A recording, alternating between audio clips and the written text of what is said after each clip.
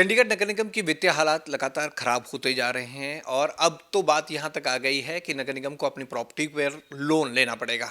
आज latest update की हम बात करें तो कमिश्नर का बयान भी अखबारों में सामने आया है कि प्रॉपर्टी पर अब लोन लेने की नौबत आ गई है। इन हालात के जिम्मेदार कौन है और ये हालात कैसे पहुंचे, इस पर खास बातचीत के लिए हमारे साथ आम आदमी पार्षद प्रेमलता जी, उनसे पूछते हैं। मैम, आज नगर निगम की हालत दिन प्रतिदिन खराब होती जा रही है, इसका असल मायनों में जिम्मेदार कौन है? अगर हम पॉलिटिक्स की बात छोड़ दें, एक दूसरे पर आरोपों की बात छोड़ दें, तो जिम्मेदार कौन है? सबसे पहले नमस्कार। और मैं मीडिया के माध्यम से बताना चाहती हूँ कि कल मैंने चावला जी की भी स्टेटमेंट सुनी है और अरुण सूद जी की भी सुनी है। तो दोनों हमारे आदरणीय नेता हैं, एक दूसरे पे कीचड़ उछाल रहे हैं। उनकी पूरी मैंने प्रॉपर कल दोनों की वीडियो सुन के जो वो कह रहे हैं कि खुद चावला जी ने बोला कि हमने 500 करोड़ की एफडी छोड़ के गए थे। अगर 500 करोड़ की एफडी छोड़ के वो गए थे कांग्रेस के टाइम पे, फिर उसके बाद रेगुलर 9 साल तक बीजेपी सरकार रही। तो जैसे कई बातें सुनी मैंने अरुण सूद जी की, उन्होंने बोला कि जो आज की डेट में है, हम लोग आम आदमी पार्टी का मेयर है, उसके टाइम की जो पेवर वगैरह लगाए हैं जगह जगह शहर में, तो उस चीज़ की वजह से कॉरपोरेशन आज इस चीज़ से जूझ रही है, पैसों से। पहली बात तो मैं अरुण सूद जी से पूछना चाहती हूँ कि अरुण सूद जी, जब आप कॉरपोरेशन में वाइट पेपर लेके आए थे एक बार, पैसे की तो जब से बीजेपी सरकार आई है तब से ही प्रॉब्लम चल रही है, लेकिन कुछ चीज़ें होती हैं जो दबा दी जाती हैं, लेकिन जो आज की डेट में इनका पाप का गड़ा है जो वो भर चुका है। तो आप देख सकते हैं कि चंडीगढ़ की हालात आज की डेट में क्या है। कम से कम 10-12 हज़ार कर्मचारी हैं आज हमारे पास।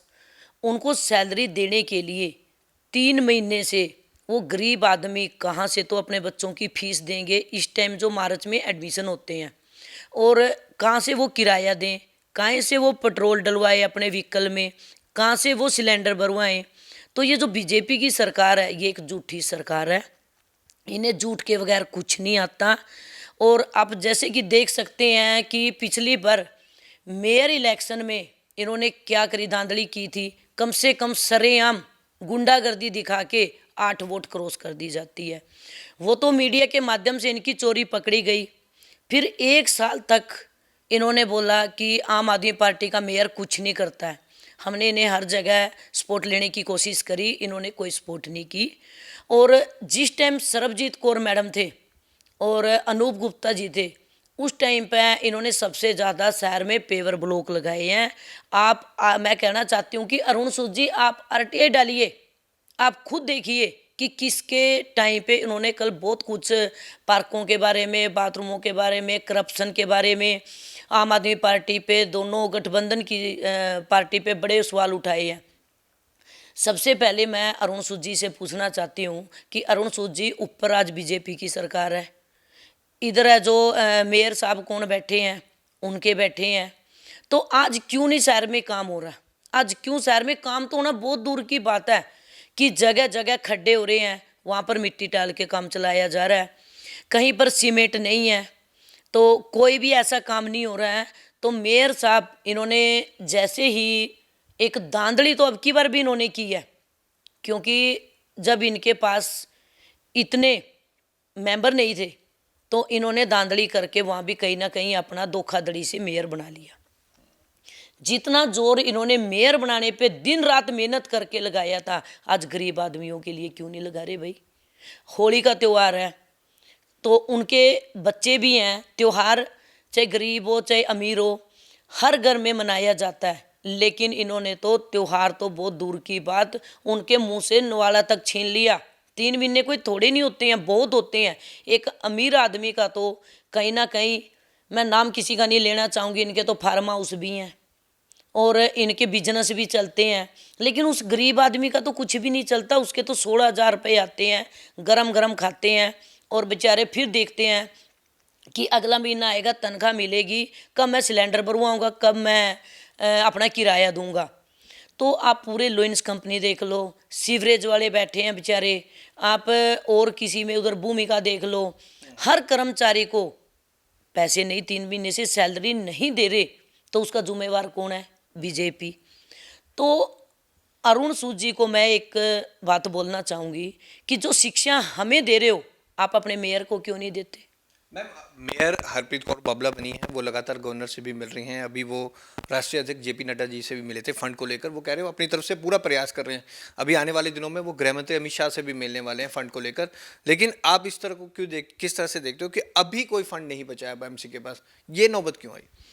देखो, पहली बात तो जब से वो बने हैं, कभी वो नड्डा जी से मिलते हैं एक फ़ोटोग्राफी के लिए, कभी वो उससे क्या नाम अपने गृह मंत्री जी से मिलते हैं सिर्फ फोटोग्राफी के लिए। रही बात गवर्नर हाउस, हम सभी गए थे गवर्नर हाउस, तो गवर्नर साहब ने बोला था कि हम कोशिश करते हैं कि जो फंड मार्च में हमारा अगर कुछ पैसा बच गया तो हम लोग आपको दे देंगे। वो भी किस तरीके से बोला कि ब्याज पे देंगे, अगर आप हमें ब्याज पे पैसे दोगे। अब हैं तो एक माँ के ही बेटे ना तो वो कोई हम अपनी पर्सनल बिल्डिंग बनवा रहे, ना अपने कोई घरों में यूज कर रहे, ना कोई शीश महल बना रहे, तो ब्याज पे क्यों भाई? नहीं, जो ये 15 मार्च के बाद जो फंड मिलने थे वो ब्याज पर मिलने की बात हुई है। जी ज़रूर, उन्होंने बोला था कि आपको वापस चुकाने पड़ेंगे, हमें जो पैसे लोगे ऐसे पैसा हम नहीं देंगे। कॉरपोरेशन अपने खुद इधर उधर से पैसा इनकम करे अलग अलग जगह से और वहाँ से पैसा इकट्ठा करे, हम लोग पैसा कितने दिन दे देंगे? अगर देंगे तो आपको लुटाने पड़ेंगे।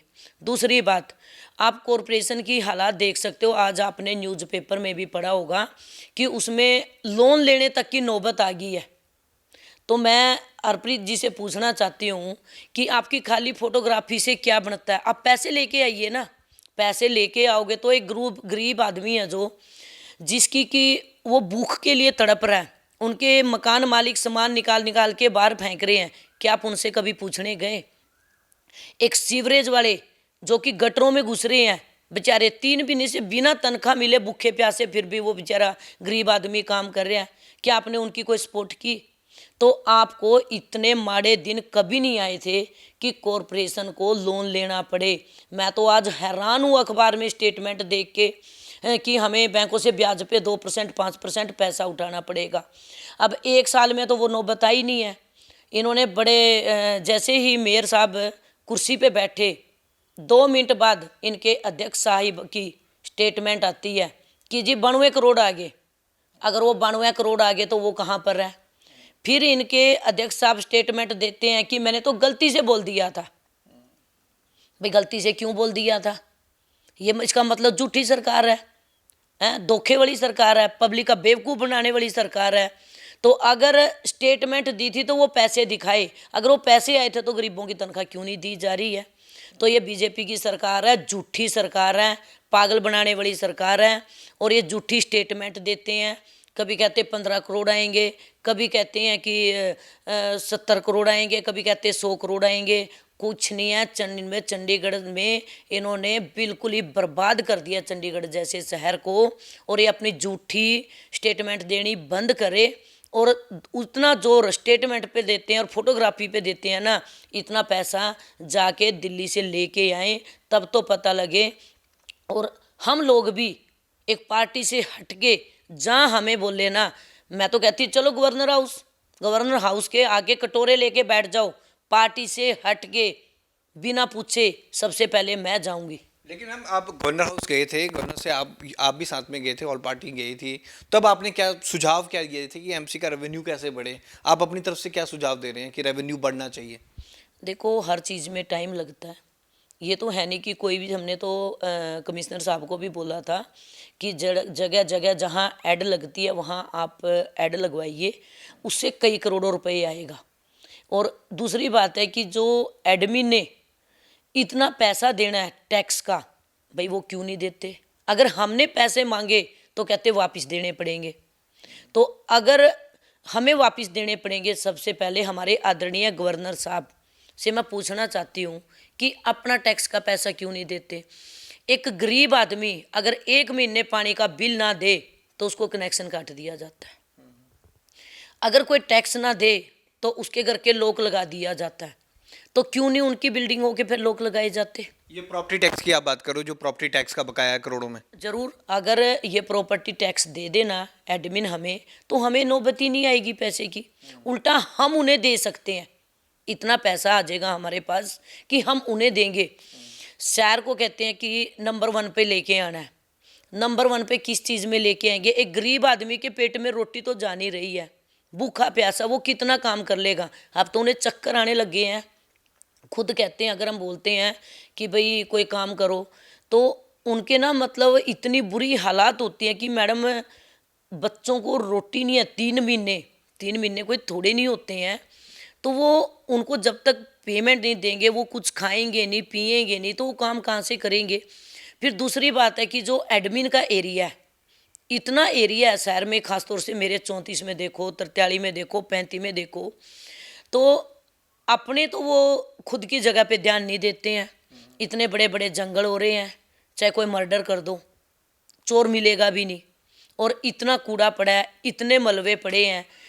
उनकी वजह से हमारा शहर नंबर 1 पे भी नहीं आता, क्योंकि ना वो लोग सफाई वाले लगवाते हैं, ना उनके पास कभी फ़ोन करो तो उनके पास कोई ट्रैक्टर होता है।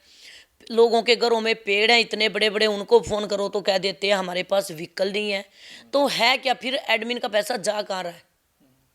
तो मैं तो यही कहना चाहूँगी कि सबसे बड़ी बात तो कि हमारे पास जितना साल का फंड आता है, जो हमारा हक बनता है, वो हमारा हक दे और हमें पैसे दे। हमें बीजेपी सरकार ने इलेक्शन में, मेरे से किसी का नाम नहीं मैं लूँगी, फिर उन्होंने कहा था कि दिल्ली से उन्होंने बोला है कि हम अपना मेयर बना लो। 1100 करोड़ रुपए, ये हमारी जुबान है, चाहे जिस मर्जी रूप में दे, हम लोग दिल्ली से तुम्हें दे देंगे, चंडीगढ़ में कोई प्रॉब्लम नहीं आएगी। तो मैं आज उनसे पूछना चाहती, कहाँ वो 1100 करोड़ है, कहाँ वो 100 करोड़ है? क्यों गरीब आदमियों की ज़िंदगी बर्बाद करी हुई है? मुझे लगता है जब से हरप्रीत बबला जी कुर्सी पे बैठे हैं, एक ऐसा चंडीगढ़ को श्राप मिल गया है कि एक गरीब आदमी के सूखी रोटी खाता है ना, वो सूखी रोटी और एक प्याज भी ख़त्म हो चुका है। इस स्थिति को ठीक कर लिया जाए। अगर हम लोगों की जहाँ सपोर्ट की ज़रूरत है, हम तैयार हैं, हमारी सपोर्ट ले लें। ठीक है। तो लगातार विपक्ष हमलावर है, बीजेपी के मेयर हैं इस समय, और फंड का जो क्रंच चल रहा है, फाइनेंशियल क्रंच, वो नगर निगम में लगातार अभी भी चल रहा है। कैमरामैन अनिल के साथ भगवत सिंह, पंजाब केसरी, जगमन टीवी, चंडीगढ़।